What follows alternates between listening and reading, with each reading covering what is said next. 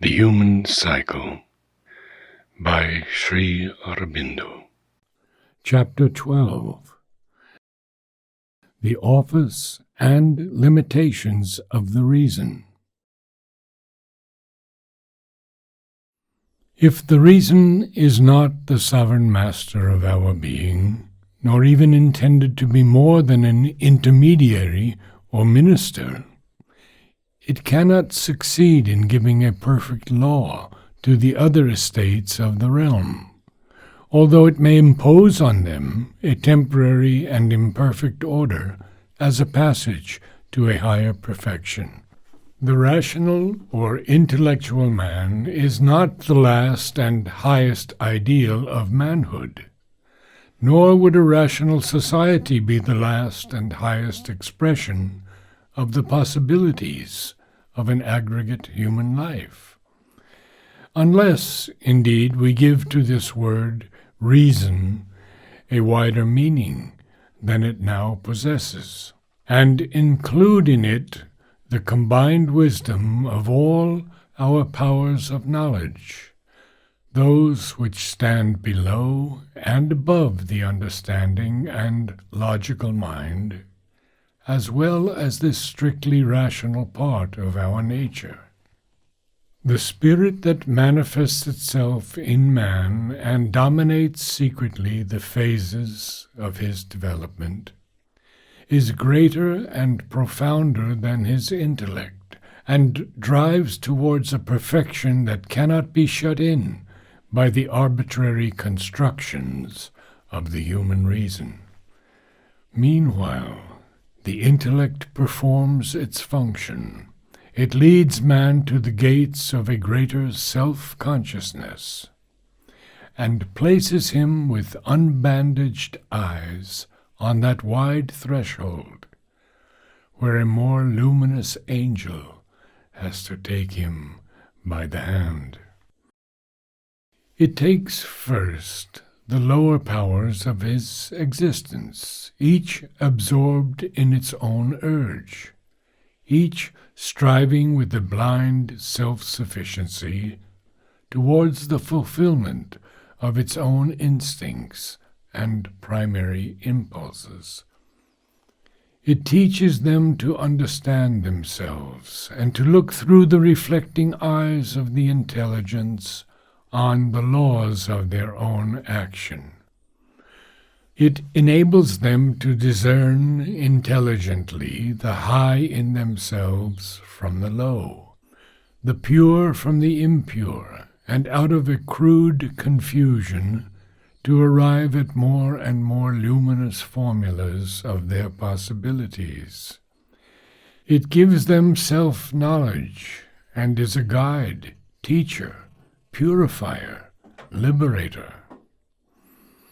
For it enables them also to look beyond themselves and at each other, and to draw upon each other for fresh motives and a richer working. It strengthens and purifies the hedonistic and the aesthetic activities, and softens their quarrel with the ethical mind and instinct. It gives them solidity and seriousness, brings them to the support of the practical and dynamic powers, and allies them more closely to the strong actualities of life. It sweetens the ethical will by infusing into it psychic, hedonistic, and aesthetic elements, and ennobles by all these, separately or together, the practical, dynamic, and utilitarian temperament of the human being. At the same time, it plays the part of a judge and legislator, seeks to fix rules, provide systems and regularized combinations, which shall enable the powers of the human soul to walk by a settled path, and act according to a sure law, an ascertained measure, and in a balanced rhythm. Here it finds after a time that its legislative action becomes a force for limitation, and turns into a bondage, and that the regularized system which it has imposed in the interests of order and conservation becomes a cause of petrifaction and the sealing up of the fountains of life. It has to bring in its own saving faculty of doubt. Under the impulse of the intelligence, warned by the obscure revolt of the oppressed springs of life, ethics, aesthetics, the social, political, economic rule begin to question themselves, and if this at first brings in again some confusion, disorder, and uncertainty, yet it awakens new movements of imagination, insight, self-knowledge, and self-realization, by which old systems and formulas are transformed or disappear. New experiments are made, and in the end, larger potentialities and combinations are brought into play. By this double action of the intelligence, affirming and imposing what it has seen, and again in due season, questioning what has been accomplished, in order to make a new affirmation, fixing a rule and order, and liberating from rule and order, the progress of the race is assured, however uncertain may seem its steps and stages. But the action of the intelligence is not only turned downward and outward upon our subjective and external life. To understand it and determine the law and order of its present movement and its future potentialities. It has also an upward and inward eye and a more luminous functioning, by which it accepts divinations from the hidden eternities. It is opened in this power of vision to a truth above it, from which it derives, however imperfectly and as from behind a veil, an indirect knowledge of the universal principles of our existence and its possibilities. It receives and turns what it can seize of them into intellectual forms, and these provide us with large governing ideas by which our efforts can be shaped and around which they can be concentrated or massed. It defines the ideals which we seek to accomplish. It provides us with the great ideas that are forces, ideas which in their own strength impose themselves upon our life and compel it into their molds. Only the forms we give these ideas are intellectual. They themselves descend from a plane of truth of being where knowledge and force are one. The idea and the power of self-fulfillment in the idea are inseparable. Unfortunately, when translated into the forms of our intelligence, which acts only by a separating and combining analysis and synthesis, and into the effort of our life, which advances by a sort of experimental and empirical seeking, these powers become disparate and conflicting ideals, which we have all the difficulty in the world to bring into any kind of satisfactory harmony. Such are the primary principles of liberty and order, good, beauty and truth, the ideal of power and the ideal of love, individualism and collectivism, self-denial and self-fulfillment and 100 others. In each sphere of human life, in each part of our being and our action, the intellect presents us with the opposition of a number of such master ideas and such conflicting principles. It finds each to be a truth to which something essential in our being responds. In our higher nature, a law; in our lower nature, an instinct. It seeks to fulfill each in turn, builds a system of action round it, and goes from one to the other and back again to what it has left. Or it tries to combine them, but is contented with none of the combinations it has made, because none brings about their perfect reconciliation or their satisfied oneness.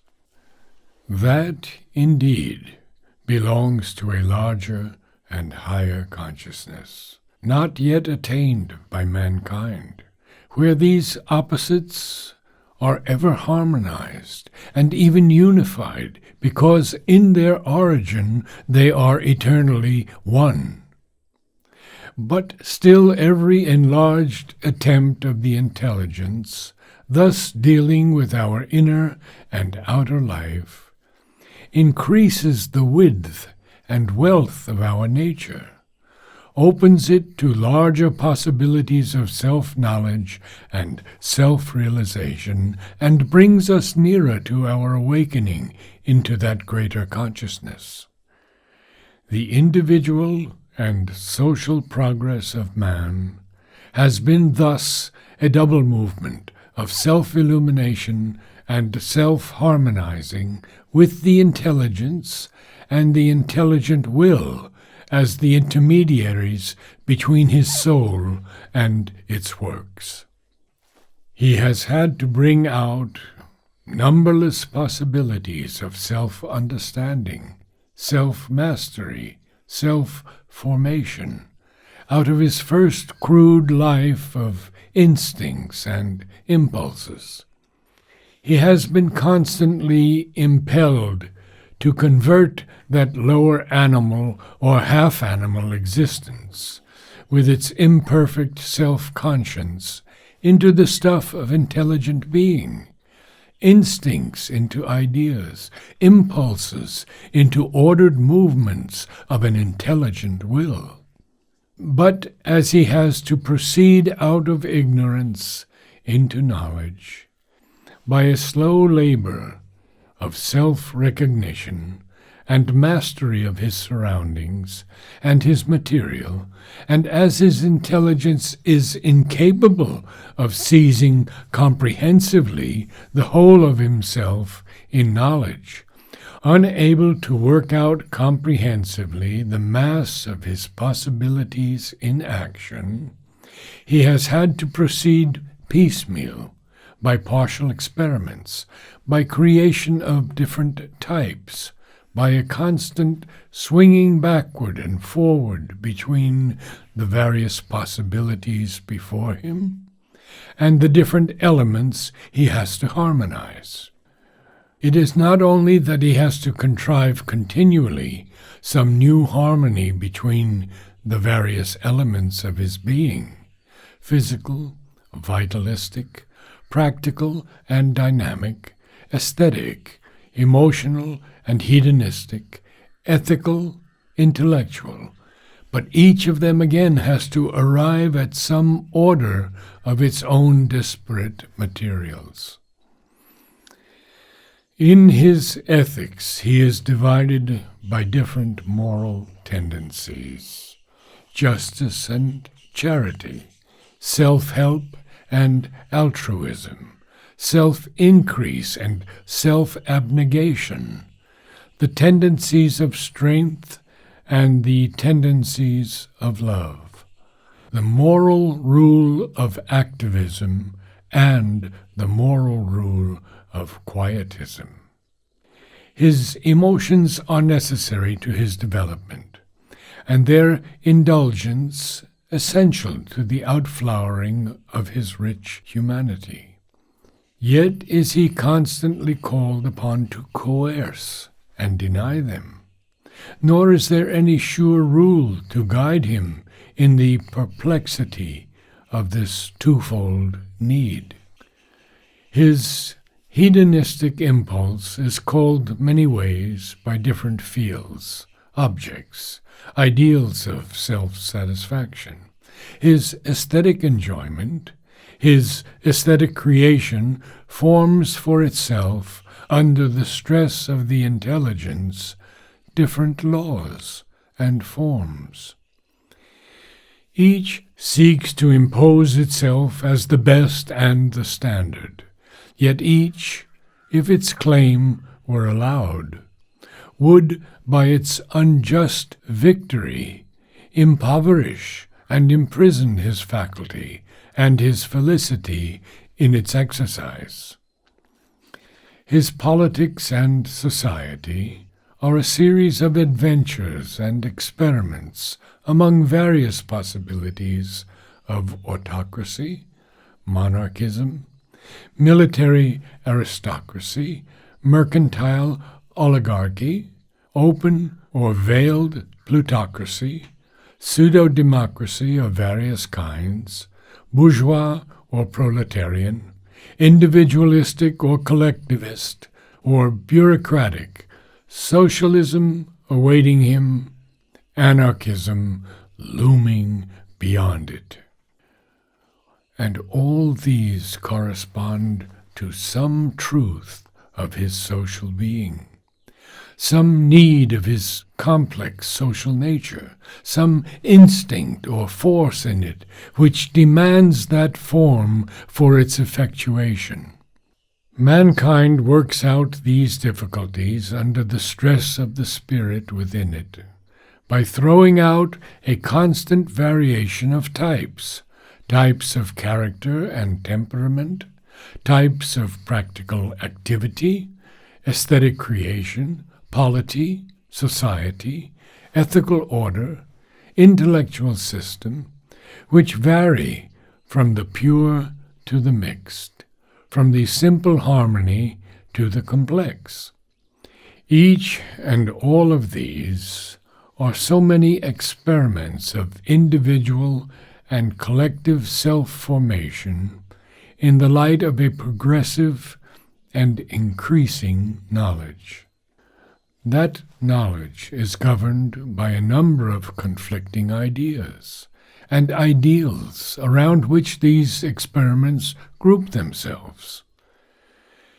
Each of them is gradually pushed as far as possible in its purity, and again mixed and combined as much as possible with others, so that there may be a more complex form and an enriched action. Each type has to be broken in turn to yield place to new types, and each combination has to give way to the possibility of a new combination. Through it all there is growing and accumulating stock of self-experience and self-actualization, of which the ordinary man accepts some current formulation conventionally, as it were, an absolute law and truth.